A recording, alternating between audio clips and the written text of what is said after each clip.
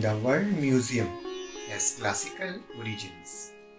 In its Greek form, museon, it meant seat of the muses and designated a philosophical institution or a place of contemplation.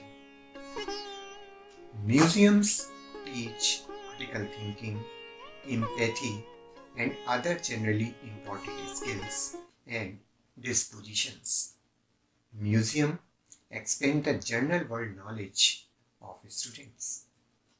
The purpose of a museum is to exhibit the tangible, cultural, and natural heritage of the world.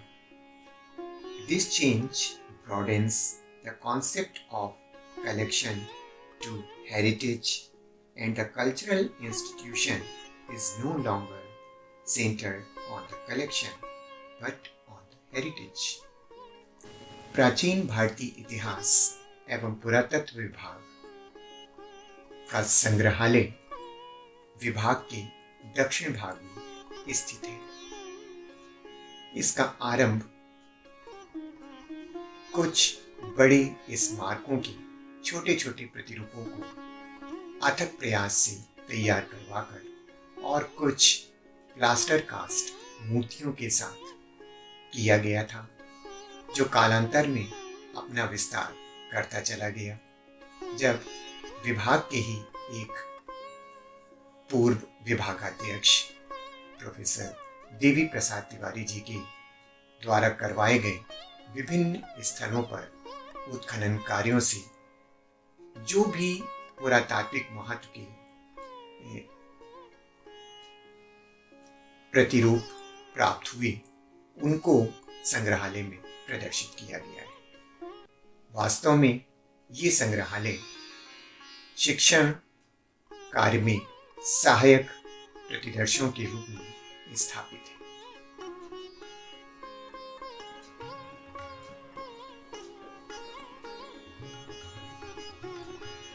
Charda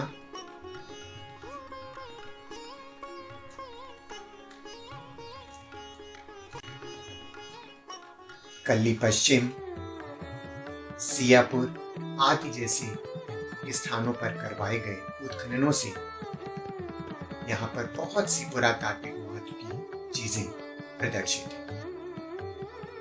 Sindhu घाटी सभ्यता की ये मोहरें, जो steatite और दूसरे अन्य बहुमूल्य पत्थरों, मिट्टी, धातु आदि से निर्मित की गई हैं, उन पर हमें अभिलेख और मानव पशु आकृतियां दिखलाई पड़ती हैं। मिट्टी की मूर्तियां सिंधु घाटी सभ्यता के हमें उस अतीत के गौरव का स्मरण दिलाती हैं।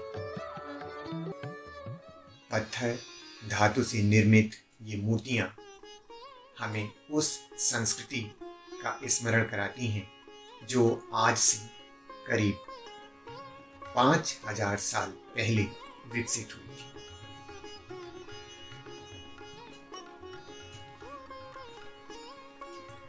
मिट्टी के बर्तन जिन पर चित्रकारी की गई है, संस्कृति के अमूल्य धरोहर है।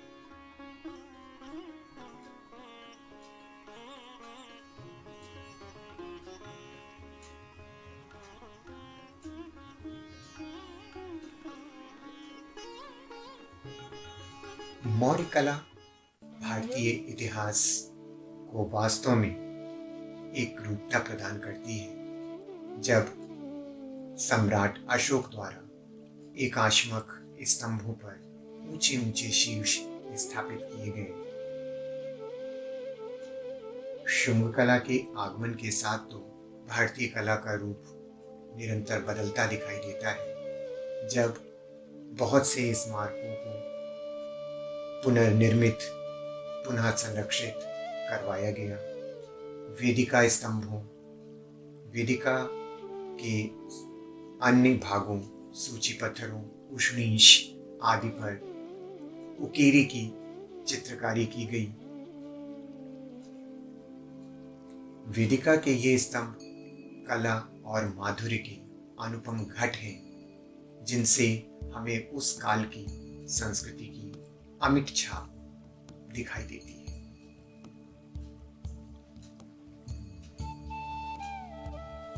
इनमें वस्त्र, आभूषण आदि से उस काल की संस्कृति का एक अमूल्य ज्ञान प्राप्त होता है।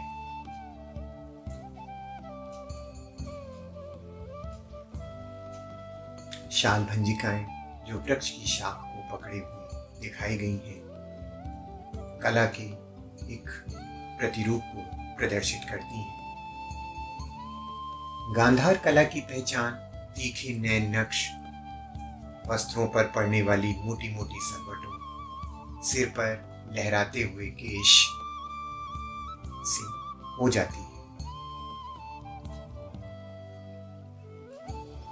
शुंग और कुषाण काल कला का एक अनुपम समय माना जाता है, जब मथुरा और गांधार दो बड़े बड़े कला केंद्र स्थापित हुए, जहां मूर्तियां बड़ी संख्या में निर्मित हुई।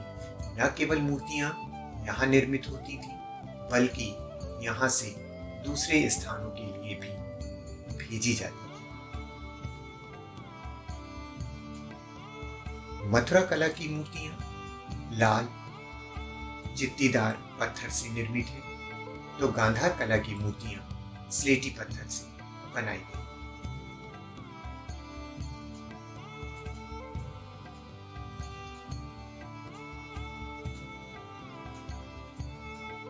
किंतु दोनों ही स्थानों पर मूर्तियां बड़ी सजीवता से निर्मित हैं। ये देखिए, नागराज अपने पूरे दरबार के साथ प्रदर्शित है।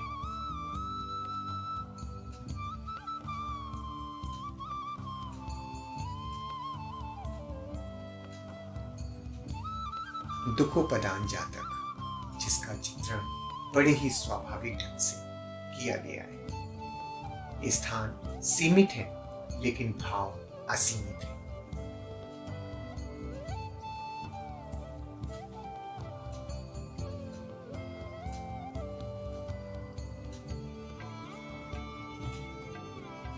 प्रसाधन करती हुई स्त्री समय की संस्कृति, सामाजिक प्रतिरूप को प्रदर्शित करती है। बोधिसत्व प्रतिमाएं, जिनका निर्माण कुषाण काल से आरंभ हो जाता है, बौद्ध कला में एक नवीन अध्याय का सूत्रपात करती है। वास्तव में इससे पहले बुद्ध बोधिसत्वों की मूर्तियां मानव रूप में नहीं, प्रतीकों के रूप में निर्मित होती थी। सद्य स्नाता स्त्री जो अपने केश राशि को निचोड़ रही है और उससे गिरने वाली जल की बूंद नीचे पक्षी के मुख में जाती हुई दिखाई देती है। ये भी कला के उच्च प्रतिमान को प्रदर्शित करती है।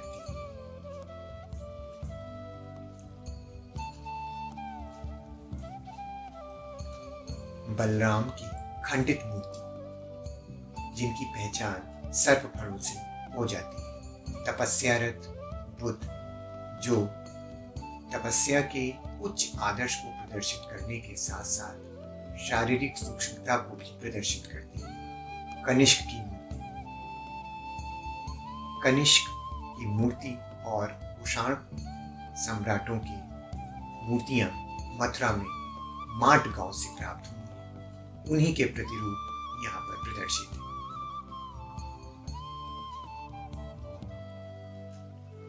कुबेर, जिनकी पहचान उभरे हुए पेट से हो जाती है।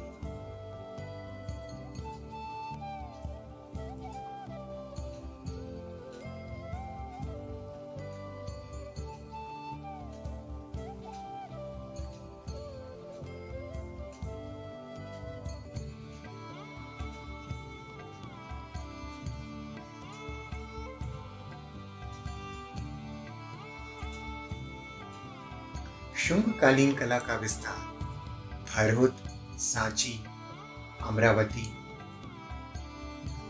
मथुरा की कला से होता है। यहाँ अनेक ऐसे प्रतिमान प्रदर्शित हैं जिनसे हम शुंग कुषाण काल की कला का विस्तृत अध्ययन कर सकते हैं। अद्भुत केश राशि, वस्त्राभरण, ऐसी बहुत सी चीजें हैं जो उस समय की सामाजिक जीवन, सांस्कृतिक जीवन की सूक्ष्मता को प्रदर्शित करती हैं। वास्तव में इन मूर्तियों द्वारा धारण किए गए ये परिधान, ये आभूषण हमें वस्तुतः उस युग में लोकप्रियता, आभूषण की लोकप्रियता और उसकी सूक्ष्मता बताते हैं, प्रतीत होते हैं। अनाथ पिंडक की ये कथा, जो श्रावस्ती का एक बड़ा श्रेष्ठी था, उसने राजकुमार जेठ से उसका उद्यान खरीदकर उसे बुद्ध को दान में दिया था। माया देवी ने स्वप्न में देखा कि एक श्वेत गज उनके शरीर में प्रविष्ट हो रहा है। इस दृश्य को भारत की कला बड़ी स्वाभाविकता से दिखाया गया है। प्राचीन भारत का शैलकृत स्थापत्य, जब चट्टानों को अंदर से खोखला करके उनके भीतर संरचनाएं बनाई गई, जिसकी शुरुआत यद्यपि भारत में बहुत पहले, अगर हम कहें तो सिंधु घाटी सभ्यता से ही हो जाती है, लेकिन उसका विस्तार हमको बराबर और नागार्जुनी की पहाड़ियों पर दिखाई देता है। साथ में महाराष्ट्र में थोर घाट की पहाड़ी में इन गुफाओं में भी दिखाई देता है। सांची का स्तूप मध्यकालीन मध्य भारत की स्तूप स्थापत्य को प्रदर्शित करता है। स्तूप का ये स्वरूप शुंग काल का है। वास्तव में मूल स्तूप इस स्तूप के भीतर स्थित है, जिसे अशोक ने बुद्ध के अस्थि अवशेषों को सुरक्षित रखने के लिए बनवाया था। ये स्तूप त्रिनिधि प्रकार का है, जिसमें चारों दिशाओं से प्रवेश करने के लिए 4 अलंकृत तोरण द्वार है। स्तूप वेदिका से घिरा हुआ है। मेधी की वेदिका है और सबसे ऊपर हर्मिका वेदिका है।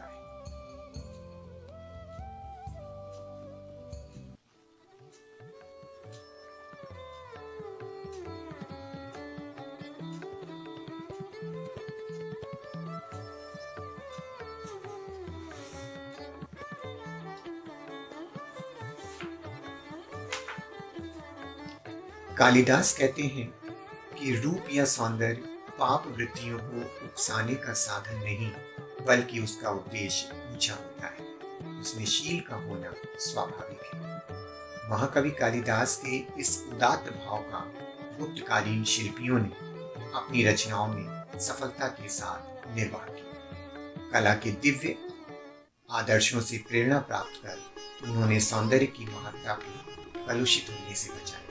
गुप्त काल की लोक कला कृतियां जो उपलब्ध हैं, उनमें हमें उस रूप के दर्शन मिलते हैं जो मानव हृदय में उल्लास, प्रेम और आनंद का संचार करने के साथ साथ चित्त वृत्तियों को ऊंचा उठाने में सहायक होते हैं। सुकुमारता का गंभीरता के साथ, रमणीयता का संयम के साथ और यथार्थ का आदर्श के साथ अत्यंत सुंदर और परिष्कृत रूप गुप्तकालीन कला में मिलता है। गुप्तकालीन कला में नैतिकता और चारुता दोनों के दर्शन होते हैं। गुप्तकालीन मूर्तियों की जो विशेषताएं हैं, उनमें मूर्तियां इकहरे छरेरे शरीर वाली मिलती हैं, भारी भरकम या स्थूल आकार की नहीं।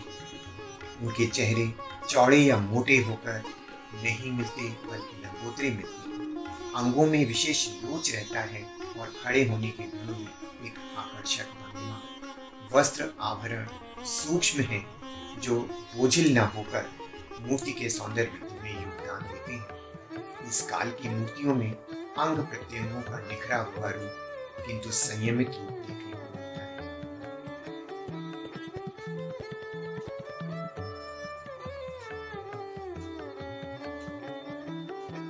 गोवर्धनधारी कृष्ण जो अपने सर पर गोवर्धन पर्वत को उठाए हुए इस भौतिक जगत में प्राणी मात्र की रक्षा करते प्रतीत होते हैं। पूर्व मध्यकाल की मूर्तियां अपनी विशेष आकर्षक भावभंगिमा, वस्त्राभरण से ढकी हुई दिखलाई देती है।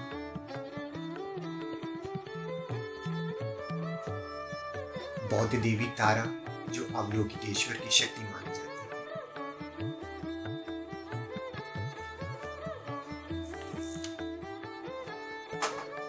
पद्मपाणि अवलोकितेश्वर जिनके साथ कमल पुष्प दिखाया जाता है। उमा महेश्वर, गणपति और सरस्वती की प्रतिमा।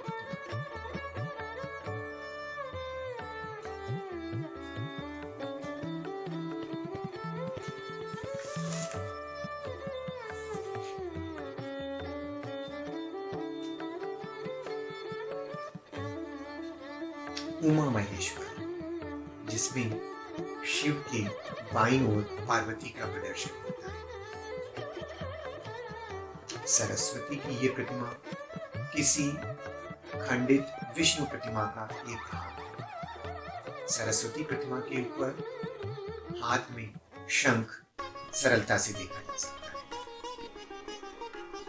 है। स्थानक विष्णु की ये प्रतिमाएं जिनमें उनके परिकर में दशावतारों का भी दर्शन होता है। नीचे शयन करते हुए विष्णु। ब्राह्मण धर्म के देवी देवताओं में विष्णु एकमात्र ऐसे देवता हैं जिनकी स्थानक, आसन और शयन तीनों मुद्राओं में प्रतिमाएं प्राप्त होती हैं।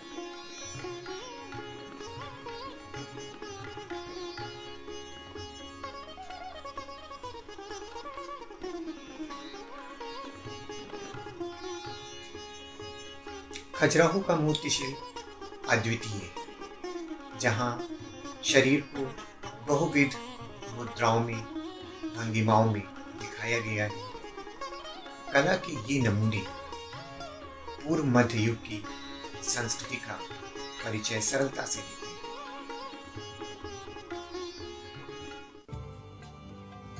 अजंता की ये गुफा गंधकुटी चैत्य के नाम से जानी जाती है। महायान काल की ये गुफा अपने मूर्ति कला के लिए सर्वाधिक प्रसिद्ध है। अजंता की सर्वोत्कृष्ट मूर्तियां हमें अजंता की इसी गुफा में मिलती हैं, जो ये बौद्धों का पूजा गृह है, जहां पर हमें अंतिम सिरे पर स्तूप के सम्मुख बुद्ध की आकृति मानव रूप में दिखलाई देती है। बीच में भिक्षुओं के सम्मिलित होने का स्थान है, तो दोनों ओर प्रदक्षिणा करने का स्थान उपलब्ध है।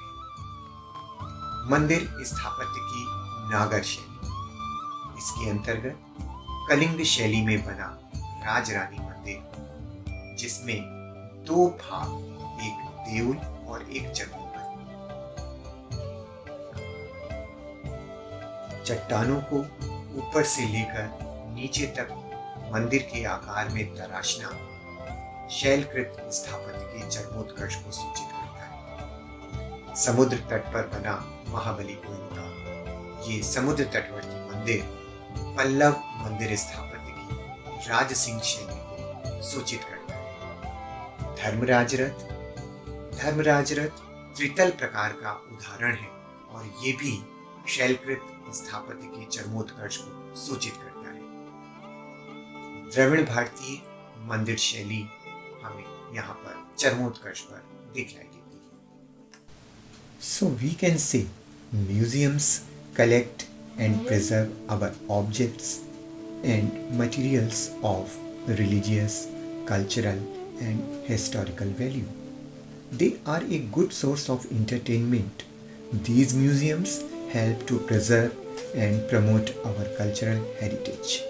Museums are a storehouse of old artifacts, sculptures, objects, history, etc.